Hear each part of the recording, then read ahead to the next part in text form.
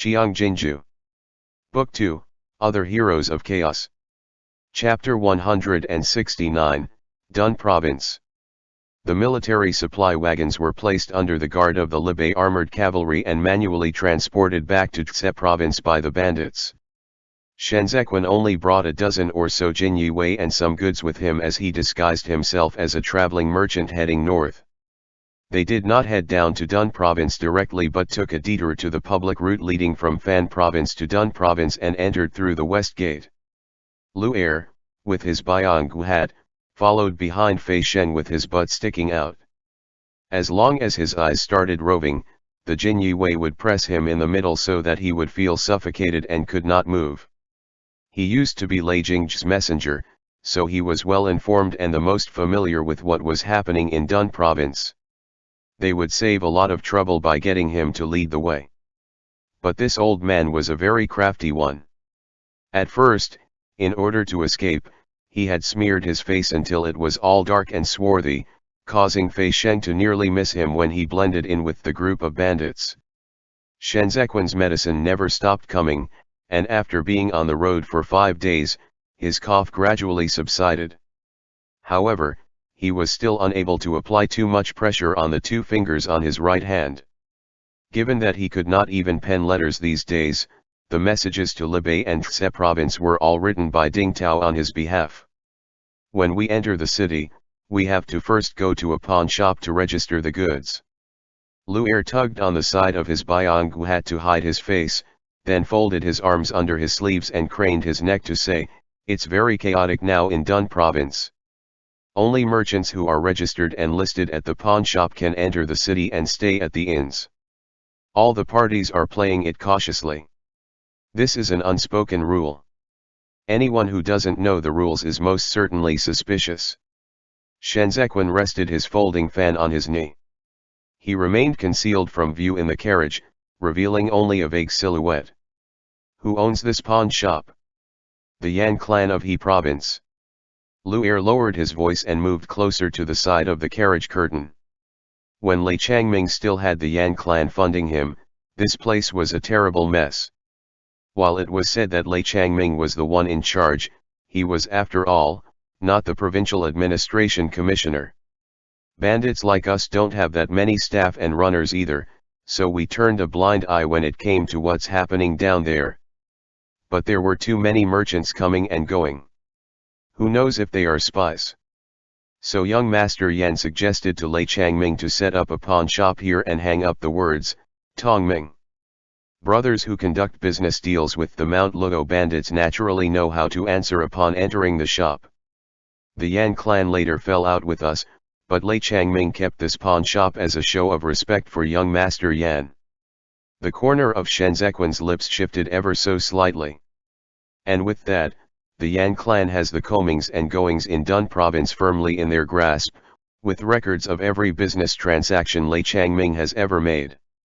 This young Master Yan must no doubt be better acquainted with these years' accounts than Lei Changming himself, right? He's a child prodigy, yes. Lu Er smacked his lips. Not one business deal Yan hero conducted himself has ever been unprofitable. This person may be young, but he's a mercenary. Someone who loves money very, very much. There is no business he doesn't dare to dip his fingers into. Lei Changming saved his life. There must be a reason that caused them to fall out with one another. Shenzequan recalled the incident regarding the legitimate grandson of the Shao clan and asked in passing. Throughout the journey here, Lu Er had been going all out to ingratiate himself with Shenzequan for fear that Shenzequan would kill him off once he outlived his usefulness. He immediately weighed up the stakes and sold Lei Changming out. Lei Changming had an addiction, and it grew progressively worse in recent years. The commoners in the 2 prefectures of Dun province and Duan province were very much afraid and did not dare to keep their children at home around for fear that we would carry them off and give them to Lei Changming. At first, Lei Changming kept the Yan clan in the dark and did not dare to bring it up. But later, he asked the brothels in Fan province for some young ones, and the children the procuress came over to deliver were recorded in the pawn shop as rice flour. This was uncovered by the Yan clan's audits, and young Master Yan flew into a terrible rage. Lei Changming promised Yan Hero that he would turn over a new leaf, but how could he change something like this? With Chai Yu fanning the flames on his end, it didn't take long for them to fall out for real. Yan Hero cut off the monthly funds to Mount Luo, and grains stopped coming our way. Having spoken to this point, Lu'er faced the carriage curtain. It was because of this that we were starving so badly on Mount Luo. Lei Jingzhi had Lei Changming demand grains from Tse province. Zhou Gui had no troops and power then, and he gave in time and time again. It just so happened that the emperor in Chu capital passed away. When the marquis rebelled, the uncle and nephew pair plotted to use Hanjin to exchange for noble titles. In any case, no one's keeping Zongbo under control. If it really worked out and they get conferred with the title of a prince or something, then we would transform into a regular local army. Shen Zequan tapped with his fingertips and said, Lei Jingzhi is truly a good child. Lei Jingzhi was the brains behind Lei Changming. How could he have let Lei Changming take a tumble over such a simple matter like Fan Province's delivery of children? It was because the Yan clan cut off Lei Changming's monthly funds that Lei Changming would turn his main forces on Tse province. He marched his troops to Tse province in such an ostentatious display and ended up being targeted and killed by Xiao Qiye and Shen Zequan. He was indeed a target set up to be a scapegoat. In all probability, Lei Jingzhi had long wanted to usurp and take over his position. They might have gone to Han Cheng in an attempt to exchange for noble titles, but Han Cheng might not necessarily be willing to acquiesce to both men's presumptuous demands. Throw in Lei Changming's insatiable greed into the mix, and it remained to be seen whether they could even reach an agreement. So, Lei Jingzhi took Lei Changming, his kin maternal uncle, out of the equation and let him die conveniently in the strife without ever tying himself directly to it. This suggested two possibilities. The first was that Han Cheng was not a scorpion, and the scorpions were far less capable than Shen Zequan feared. The second was that they were all pawns and did not need to mutually know each other, they just had to stay in their place and do what they ought to do to complete the mission. Shen Zequan had his own theory regarding both of these conjectures. He lost himself in his thoughts and did not speak again. Asterisk asterisk asterisk. It was already the hour of high when the horse carriage entered the city, and as its name suggested, Tongming pawn shop was indeed brightly lit. Fei Sheng brought Lu'er along to register themselves and saw horse carriages of all styles and colors outside the pawn shop. There were the Lanzhou merchants that had come around from Juexi as well as human traffickers from Fan province. A hubbub of abacus beads being flicked and all sorts of shouts filled the place, where every imaginable ware was on sale. It was already such a late hour, and yet the place was still bustling with activity. As the hub, Tongming pawn shop sat in the center with large lanterns hung up on both sides of it. Wine taverns and stores operated all night, with the hustle and bustle keeping up until dawn. There were plenty of beggars, but they were all being bossed around. Prostitutes of all ages drew close to the coming and going wealthy men and pulled them to the inn so that they had a place to sleep for free for a night, relying on this to earn some money for food. Amidst the surge of crowd, Fei Shen noticed a few Biancha faces. This place did not seem to have been once defeated in war. The stench of wine and meat gone sour permeated the air along with the fragrance of perfumes and spices from Juexi and the Hashi River. They jostled against one another for prominence, subsequently turning into a fusion of smells that made one's knees weak. This street was like a Milky Way reflected from the vault of heavens that converged the remaining bright lights in Zongbo together, making the surroundings look pitch dark in comparison. There were so many people around that Fei Sheng did not dare to be too conceited and careless. Armed with the tips Lu'er had given, he headed inside the pawn shop and looked around for someone to submit his registration. The goods were miscellaneous grains from Huai province. The store clerk busily and methodically checked them one at a time according to the sequence of the hanging tags. He moved quickly, and the younger assistant following behind him was even quicker in noting it all down. When the shop clerk came before the horse carriage, he did not presumptuously reach out to lift the curtains, but bowed at it in all earnestness. You sirs come from the west and are all powerful connoisseurs of the trade, and since you have made your way to our Dun province, we dare not be poor hosts, so we will just lay it all out here first. You must be fatigued from the journey, so treat it as some entertainment tidbits to relieve your boredom. Shenzequan did not answer. This shop clerk had seen his fair share of traveling merchants, and he had prior dealings with both prominent figures and bandits before, so he knew that some of these customers had terrible tempers. He remained firmly on his feet with a neutral expression and said, "Once you have entered the city, it's all entirely up to you whoever you decide to have business dealings with, no one can interfere, for it's nobody else's business. As fleeting as our encounters are, we are all fellow travelers whose paths have crossed. Our coming here for the same purpose makes us acquaintances who should mutually get along and help each other. Dun province is remote and out of the way, so let's all look out for one another. If you require mediation for any issues, feel free to send someone to the shop to let us know. No matter where these people are from, the assistants will always be standing ready to assist without delay as long as you so command. However, there is one rule that must be made clear to you. Any goods that are meant for purchase and sales have to be recorded down on file in the shop, and every good on record in the shop has to be a genuine product. By having yourself registered for business in our shop, you can be considered as having received the nod from the Yan clan. In Dun province, we share prestige and wealth together."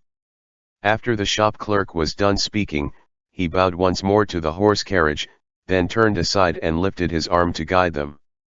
"A courtyard has been especially prepared in the back for you. Please choose the attendants as you please. We have all kinds of fresh, seasonal fruits available for your enjoyment. As long as you stay in Dun province, you can ask for anything you would like to eat or enjoy. Our Yan clan will take care of it all for you." Fei Shen was secretly rendered speechless. The Shi clan was wealthy, but they were nowhere as generous as this. This Yan hero was truly incredible. Rumor had it that he loved money as much as he treasured his life, but he also spent money like water. He was an ostentatious man who loved gold. He invested all of his capital into Dun province and won over the hearts of all the traveling merchants. It was no wonder that the Shi clan's chain of shops could not make their foray into the market in the east at all. The shop clerk did not waste any more time on superfluous talk and shouted, "The 16th courtyard of Tianji welcomes its distinguished guests." The horse carriage started moving with a rumble, guided into the courtyard by a specially deployed errand runner. With his face to the carriage window, Shenzequan heard the melody that drifted from the upper floors of the wine tavern in the darkness. The dazzling display of lanterns in a kaleidoscope of colors through the carriage drapes looked like multicolored waves of shimmering water and was so gorgeous that one was left mesmerized and captivated. ******. The moment Lu'er entered the courtyard, he clicked his tongue in wonder. He took his shoes off before stepping on the porch and held them in his bosom as he followed behind Fei Shen and cast glances all around. He thought out loud, "Damn! Just how much silver would you need to spend on all these?" Fei Shen took a look at the hallway. "Not unless you have $1 million to splurge." Lu'er had never seen this much money before, and neither had Fei Shen. It had to be known that during the reign of Emperor Xiand, the military budget allocated to Libei and Qidong totaled to merely 2 million at maximum. The imperial court officials had to reduce their salaries and scrimp and save to provide for the Libei armored cavalry and Qidong garrison troops. The imperial court was so ridiculously poor it was driving all of them insane, and yet here was Yan Hiru, splurging hundreds of thousands of taels at a mere wave of his hand, all just for the sake of entertaining his guests. The journey had truly been difficult. Fei Shen did not dare to make Shenzequan endure it for any longer and attended to him as he drank the medicine. He then called for a subordinate to prepare water and make the bed. He did not dare to urge Shenzequan to take a rest, and so he quietly instructed Ding Tao to do so. Fei Shen did not call for any of the attendants from the Yan clan to serve in the yard. The courtyard was guarded by rank after rank of Jinyue, with Fei Sheng staying in the innermost layer to stand guard under the eaves of Shen Zequin's room. Not only were the Jin Yue on guard duty on the ground, but they were also stationed on the ridge of the upturned eaves. Ding Tao, having slept his fill in the carriage during the daytime, was now sitting up there writing and drawing with Li Xiang. The words that Xiao Qiye had said before they had set off would pop up from time to time in Fei Sheng's mind, so much so that Fei Sheng's heart would leap into his mouth if Shen Zequin so much as let out a cough in the night. Shen Zequin was not familiar with Dun province, yet for some reason, the nightmares hit him hard that night. Hashi Sinkhole had disappeared, and the Prince of Jiangxing's manor had replaced it in its place. The deaf and mute Anta sat under those dark and gloomy eaves, while Shen Zequin stood in the dimly lit room, feeling thirsty. As the table was so very tall, he stood on tiptoe to reach for the teacup, but ended up brushing it onto the ground. Broken fragments of porcelain that had shattered by his foot went flying all over, cutting his finger. Shen Zequin started to sob. He felt inexplicably upset, as if he had broken something precious. But no matter how much Shen Zequin sobbed, the Anta merely continued to focus on her embroidery with her back to him. She extended her arm and pressed it down, which subsequently elongated her shadow all the way to Shen Zequin's foot and turned it into a grotesque, long-limbed creature. She repeated this one action over and over again, her surroundings shrouded in dead silence. Shen Zequin's finger was burning with searing pain. He clutched his robes in his anxiety and bandaged the wounded finger. Blood very quickly bloomed through his robe, like a camellia that had broken apart upon falling onto the snow field, red and vivid. End chapter. Note: hour of high is 9 to 11 p.m. Qiang Jin Jiu. Book 2, Other Heroes of Chaos. Chapter 170, Creature. The two fingers on Shen Zequin's right hands trembled violently, the blazing pain jolting him awake in a split second. He wearily raised his right arm and spread his palm open, only to realize that he could not move his two fingers freely. The window paper glowed indistinctly with light. To think that he had managed to sleep until this hour. Shen Zequin set down his arm and let the sweat trickle down along his temples.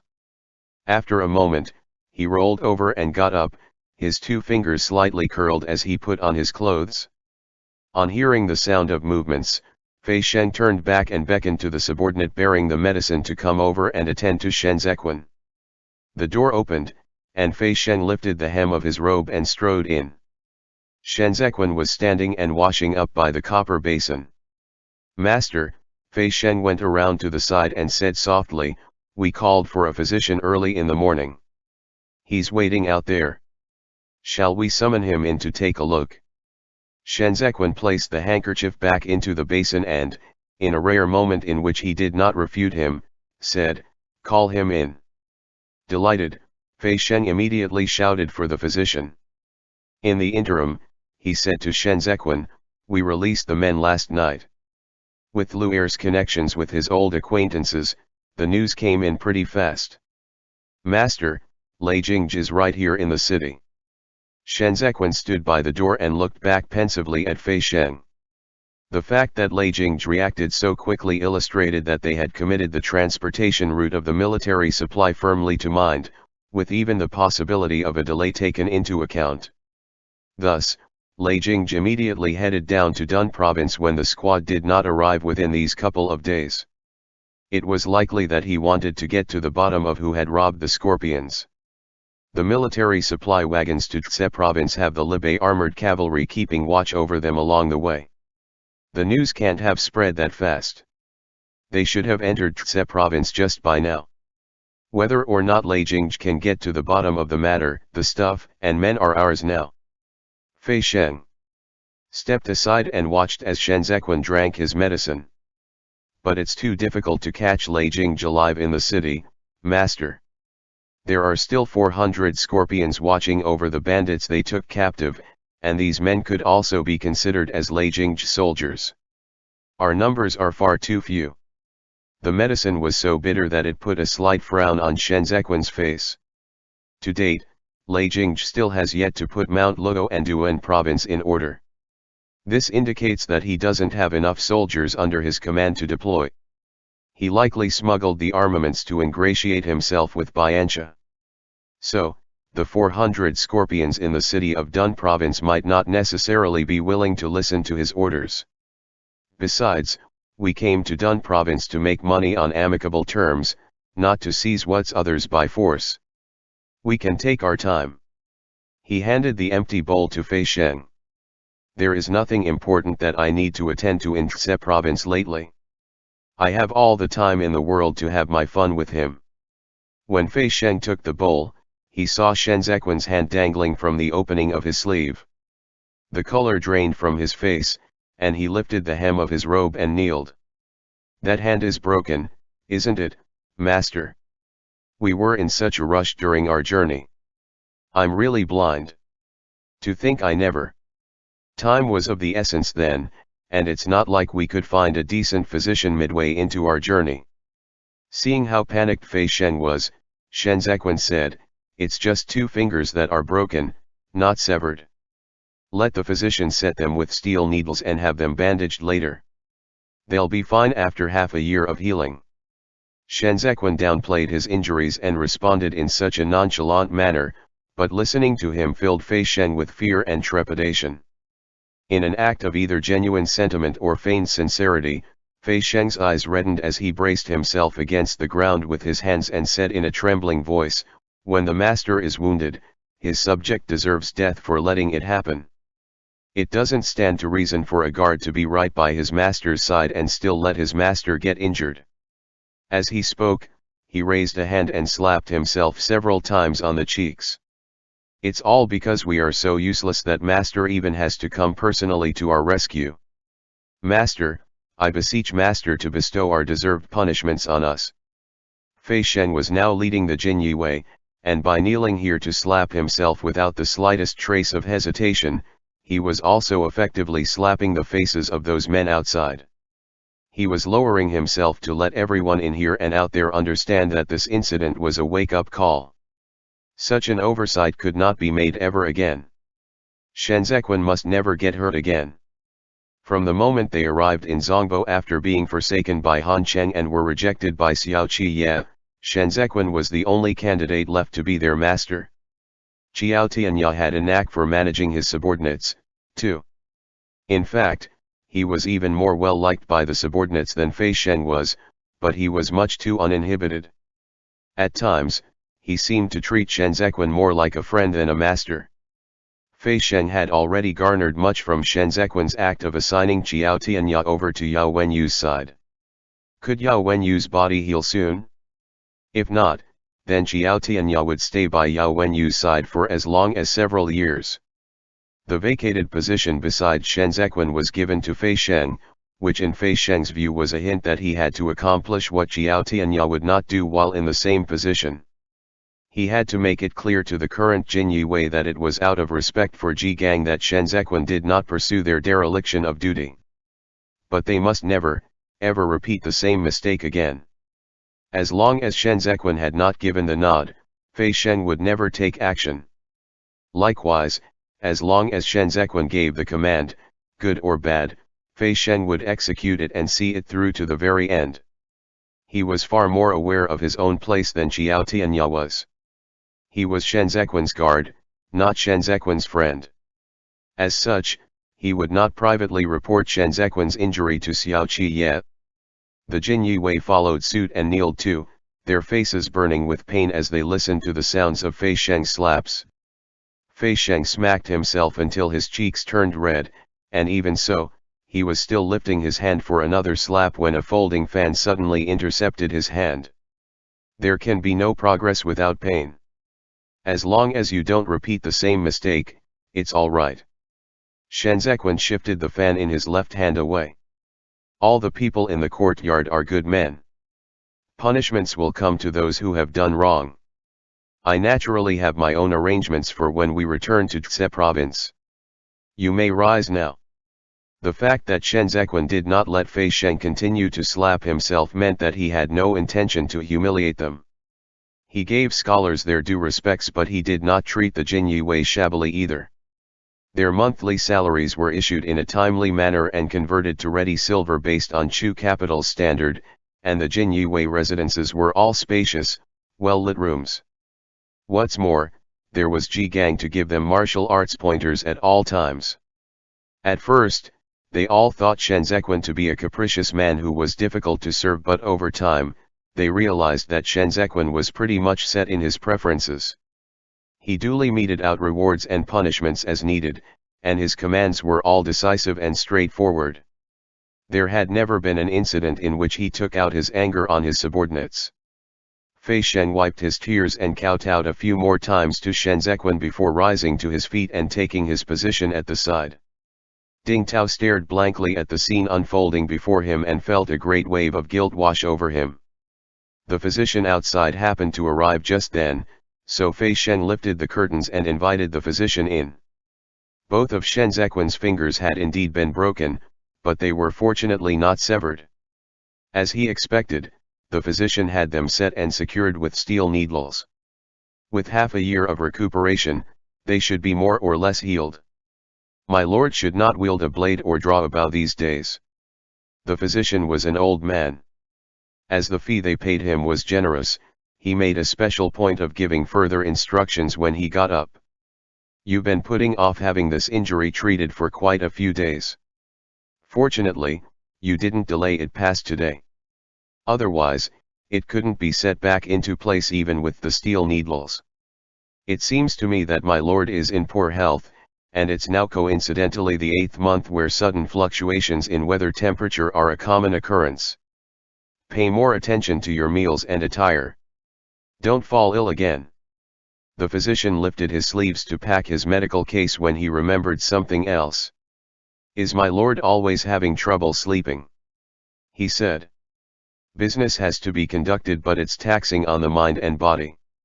No human will be able to take it if they keep getting haunted by nightmares over a long period of time.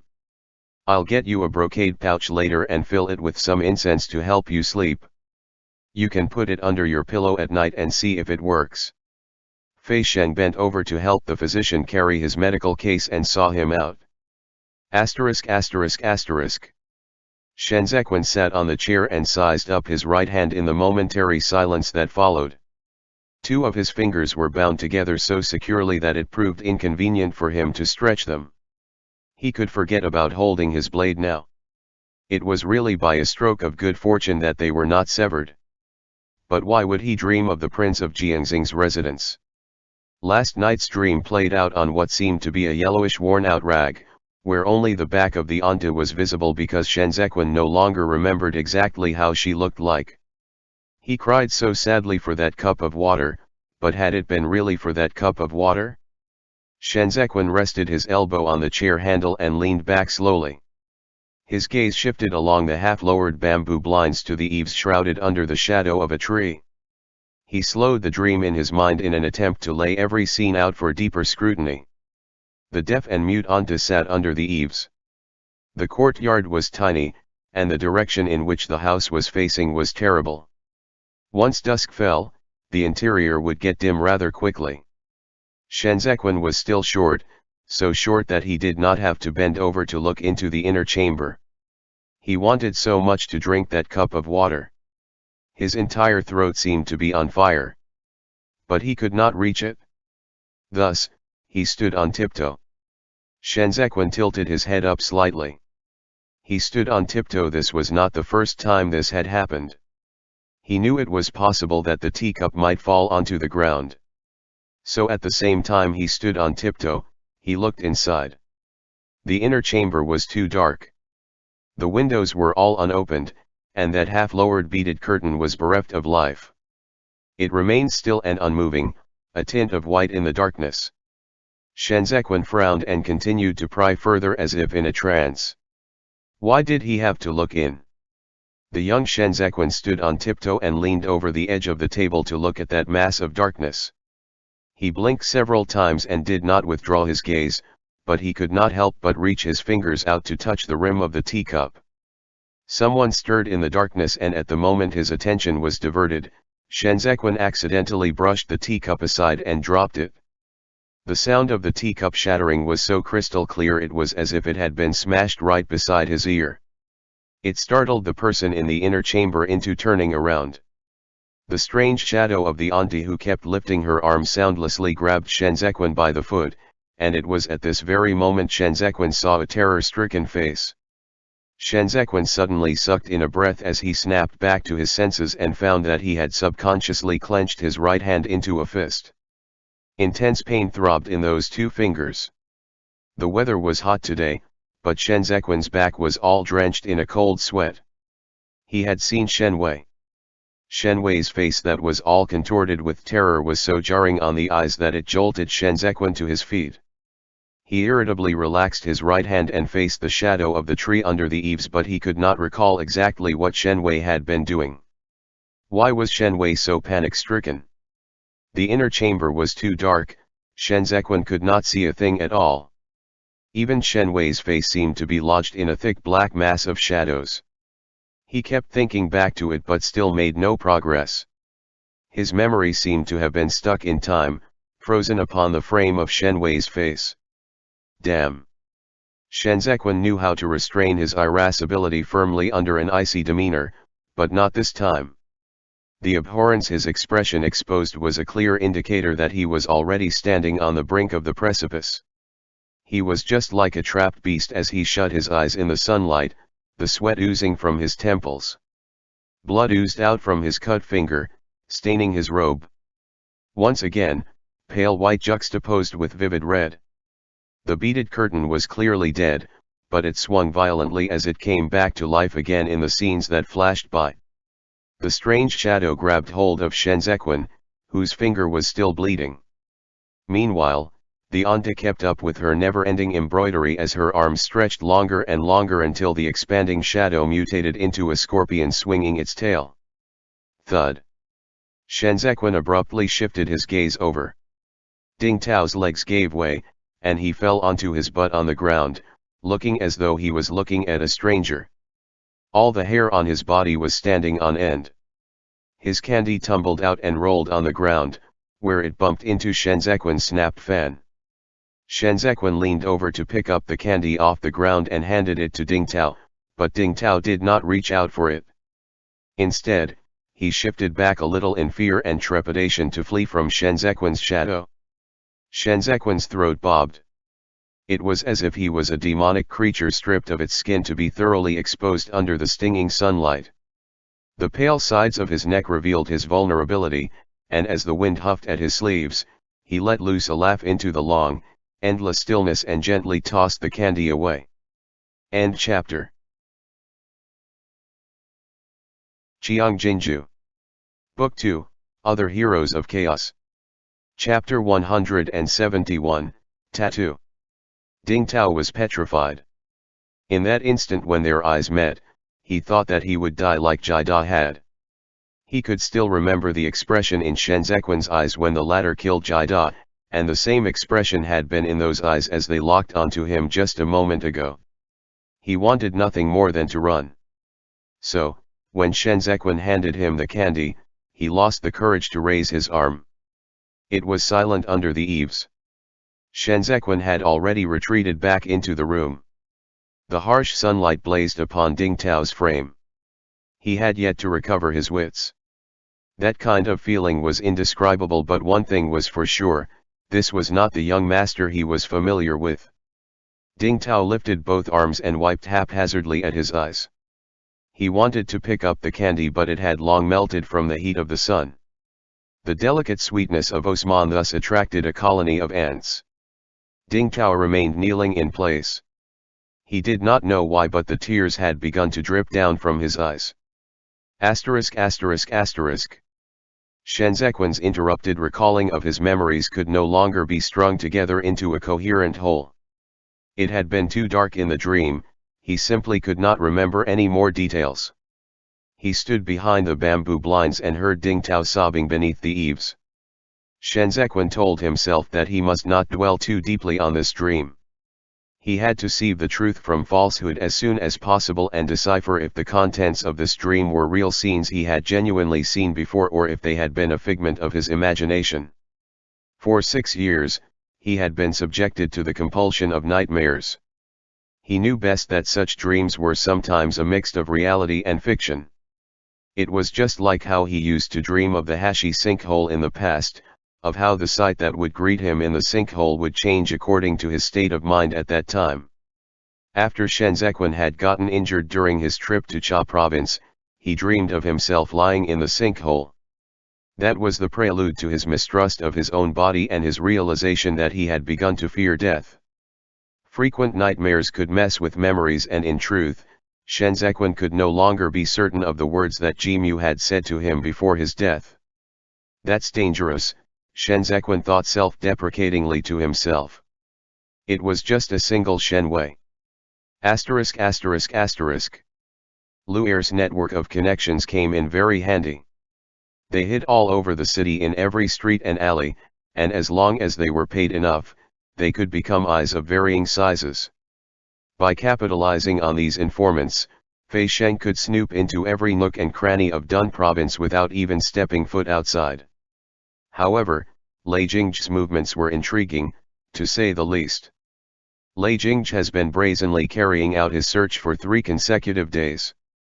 He's checked through all the goods entering and exiting the province. Fei Sheng said in a hushed tone behind Shenzhen. "Master, could it be that he already knows that we're in the city?" Shenzhen was wearing a Jiang hat that was common in Chu capital. If that's the case, he should be checking the wagons and carriages of the merchants coming and going rather than the goods themselves. This batch of military supplies was very important to Lei Jing, otherwise, he would not have promptly rushed over to Dun province to check on it personally.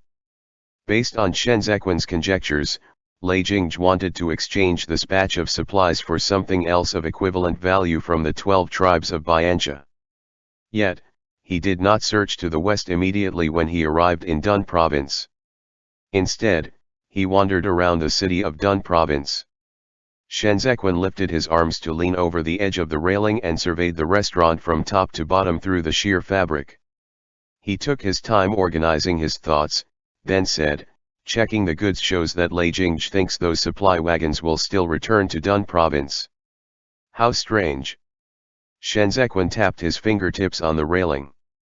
How could Lei Jing be so sure that the supply wagons would return to Dun province? The numbers of powers in Zongbo who could devour this batch of provisions were few and far between. Chse province was one of the primary suspects. Shenzhen was even prepared to challenge Lei Jing openly, but as it turned out, Lei Jing had not suspected him at all. "Master, even if Lei Jing thought someone else robbed the supplies, who would send them back to Dun province?" Fei Sheng could make neither head nor tail of it. "There are still scorpions stationed here. Transporting the supplies back would be walking right into a trap." "You're right." Shenzhen, who had been having difficulty sleeping these days, wearily massaged the center of his brows. Who in the world would rob the goods and send them back later? This made no sense at all. The informants we have successively installed in Dun province turned out to be of no use precisely because it's too chaotic over here. Fei Sheng plucked up his courage and said, "Could it be a bandit who is unwilling to defect to the Biancha people is scheming against Lei Jing?" Shenzhen thought about it carefully and gave a slight shake of his head. After the split of the Mount Luo bandits, there has never been a leader who could win over the masses. Ding Niu and Luer were taken captive because they never thought of joining forces to oppose Lei Jing.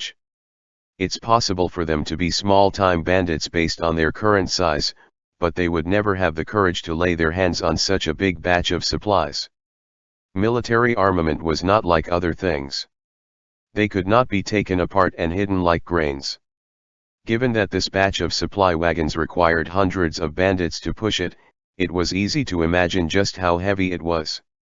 Those small-time bandits could not have taken it at all. Shenzhen's ability to transfer them hinged on the fact that he did not kill off that batch of bandits, along with the fact there was also the Libe armored cavalry tagging along to hold the bandits in check. Otherwise, he would not have easily gotten his hands on this batch of supply. This matter was so bizarre it was a little ludicrous. Fei Sheng did not dare to laugh. He thought about it for a moment. If only Mr. Cheng Feng or Yuan Zhou were here, he would not have needed to speak up. But there was no one besides Shen Zequan at present, and Fei Sheng would look like a blockhead if he just stood there without moving, so he thought hard about it for a moment and said, "Could it be?" A sudden stir of commotion downstairs cut off Fei Sheng's words. Shen Zequan lifted the veil of his hat and squinted his eyes at the main hall. Being on the 5th floor, they had a full view of the situation in the main hall. This restaurant belonged to the Yan clan. Shen Zequan was here because Lei Jingzhi would be here tonight to entertain a certain someone. The identity of said person was unknown for the time being. His informants were not good enough to pull off that level of information, but Shen Zequan more or less had a guess as to who it was. The scorpions. Fei Sheng lowered his voice. Lei Jingzhi brought the scorpions. Shen Zequan looked down at Lei Jingzhi. The latter had just recovered from his injuries and his hair had been cropped short. One could hardly distinguish him from the Bianchi scorpions crowding around him. Due to the distance, Shen Zequan was unable to get a clear look at the tattoo on Lei Jingzhi's nape. Lei Jingzhi apparently had matters to attend to. He stepped across the hall and hurried up the stairs. If he's here for the feast, Fei Sheng slowly furrowed his brow, then that's quite the number of people he has brought along with him, isn't it? There were plenty of merchants in this building, but no one dared to stand in Lei Jingzhi's way. He had indeed brought a lot of men with him. There were at least 30 of them. A few of them followed him up the stairs while the rest took their seats in the main hall. The Jin Yue in their various disguises kept their composure and watched Lei Jingzhi as they drank, made merry, and even brushed past him. Shen Zequan picked his teacup up and watched Lei Jingzhi head up the 5th floor to the area across from him. He sipped his tea and said, "When you get back, give Lu'er some monetary reward for his accuracy in pinpointing the location." Fei Sheng acknowledged the order. The party on the opposite end lowered the bamboo blinds to keep out prying eyes. The few men Lei Jingzhi brought along stood guard outside. Fei Sheng, who had great eyesight, carefully searched for the scorpion tattoos on these men's bodies with the help of the lit lanterns. A little less than an hour later, the lanterns in the building were all raised. The party on the other side called for their food to be served and waiters weaved in and out of the area. Fei Sheng attempted to shift his position, but the screen at the other end had been so cleverly erected that he could not find the chance to snoop. Lei Jingzhi's feast lasted for a very long time, from the hour of Yu to the hour of Hai, and they still had yet to call it a day. Shen Zequan had already finished an entire pot of tea and was leaning sleepily against his chair. Another 2 hours passed, and the vibrancy of the atmosphere in the building turned up a notch instead of evaporating. "It's the Yan clan's show now," Fei Sheng reminded Shen Zequan in a whisper. "Master, this is a signal for the various merchants to have fun amongst themselves." Shen Zequan breathed in acknowledgement and tiredly opened his eyes to look downstairs for a while from his seemingly drab seat. "A free market it is. The Yan clan profits from playing the mediator between the various parties here. What they collect is privilege money. Tell them in a while to sell the grains we brought over as well." Human traffickers. Fei Sheng looked attentively at the people below. "That's the procuress from Fan Province." The procuress of Fan Province was a plump, heavily made-up woman ostentatiously decked out in conspicuous showy attire. Whenever she came here in the past, it was for the specific purpose of bringing children for Lei Changming. She had never carried out any transactions with the other merchants. However, her business in Dun Province was impeded when the Yan clan had a fallout with Lei Changming, so she reluctantly switched to selling women, whom she took in from the various prefectures in Zhongbo. In those few years where the starvation among the people was at its worst, a dough of grains could be exchanged for an entire family, including the young and the old. "Master," Fei Sheng half bent over and began to introduce in detail. "This procuress's name is Kui Cheng. We dug into her background in passing while we were monitoring the prices of commodities in Fan Province. She and Lei Changming have a shared past. She was initially a native of Duan province, and before the defeat of the Zongbo's troops, she worked as a brothel madam, too. Later, she went to Fan province and continued to ply her old trade there. Lei Changming was the one who forked out the deposit. That was why she was willing to take the risk and deliver children to Lei Changming. Grasping her handkerchief in hand, Qiang twisted her body to squeeze through the group of merchants. No one dared to take advantage of her in this place. On the contrary, however, she would think of ways to get her hands on whoever she occasionally took a fancy to. As an old-timer in the three prefectures of Dun province, Duan province, and Fan province who had dabbled for a long time in the trade, she had some involvement with Lei Changming and Chiyu, although she had yet to board a big ship like the Yan clan. Qiang was so obese that she squeezed a few men out of the way when she sat down. She crossed her legs and reclined against the side of the table. The fair-faced man following behind her kneeled to light her pipe for her. She tilted her head to suck in a few mouthfuls, then blew out puffs of smoke. "My eldest nephew hasn't come down yet." Qiang cast a few glances up. "They are taking such a long time. He should have been done by now even if he was messing under the sheets, let alone having a meal." The merchant sitting by her side said, "What good stuff has the madam brought along this time? Take them out while you can and show them to us. We'd be keen too if there's one suitable." "Bah." Qiang examined the gold and jade bracelets on her right hand. "Are you even worthy of the good stuff? The ones we brought along this time are not salacious goods worth a mere few dozens of silvers. Those are all young virgins in the prime of their youth. In Chu capital, you can forget about taking them away without at least a few hundred taels. How is a virgin worth this sum? Whores are all temptresses, so it's only natural for them to be more expensive the more seasoned they are. You guys are only worthy of fooling around in those lousy brothels." Qiang stroked the fair-faced man's cheeks with her manicured finger that had been painted with nail polish and cackled. "Back in the old days when Duan province was still the money spinner of Great Zhou, all the girls in my stable were unrivaled beauties. Which of the cheap sluts from other brothels has even been able to beat my girls in all the years the establishment has been ranking them?" Qiang generally did not bring up the past given how pathetically she had fled during the defeat of the Zongbo's troops. However, the atmosphere was great tonight, with flattery freely thrown around left and right. She smoked her pipe, looking very pleased with herself as the others clustered around her. "Not to boast of my high standards, but if it had been in the past, the goods I brought along today would only be worthy enough to serve tea in my establishment." The rouge on Qiang's lips was bright red and her thick makeup concealed much of her wrinkles. From the contours of her face, it was visibly apparent that she had also been a great beauty several decades back. "Come on, give us names."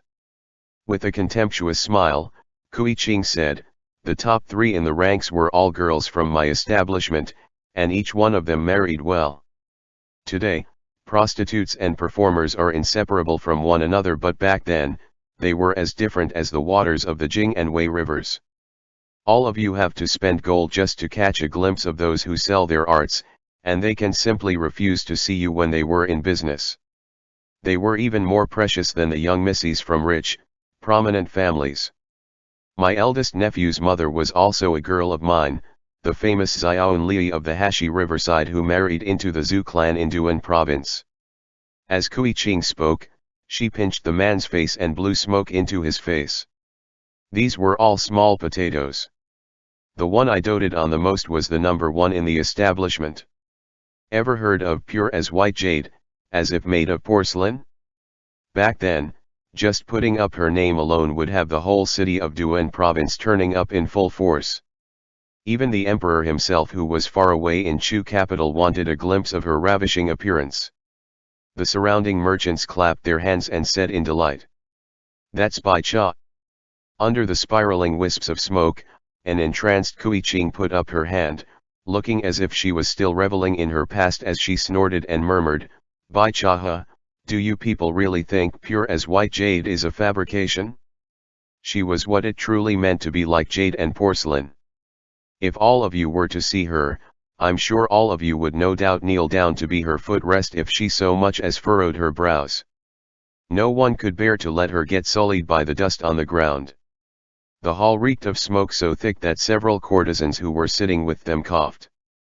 But girls like them who earn a living by prostituting themselves did not dare to cover their noses and mouths for fear that the patrons beside them would thought that they were being disdained, so every one of them held it in until their powdered cheeks flushed red as they remained squeezed in the middle, all drenched in sweat.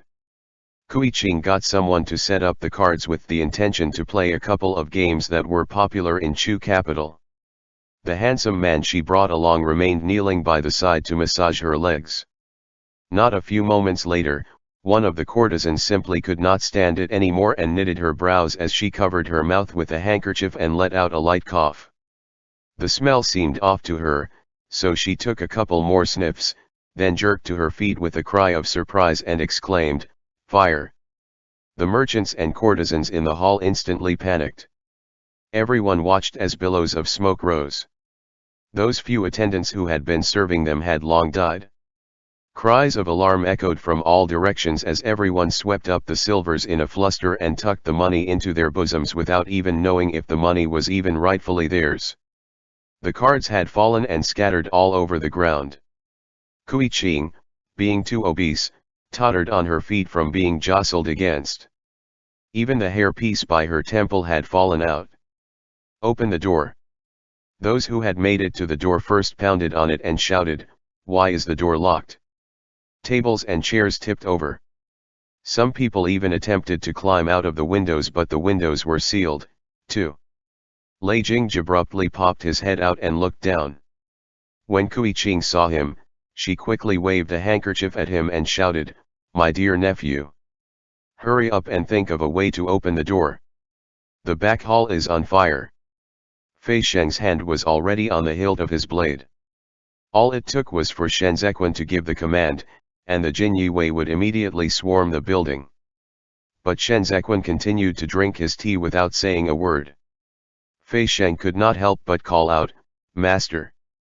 As Fei Sheng spoke, a hand suddenly grabbed onto the railing in front of Lei Jingzhi, and from there, a man heaved himself up and leaped over. Lei Jingzhi's countenance instantly changed.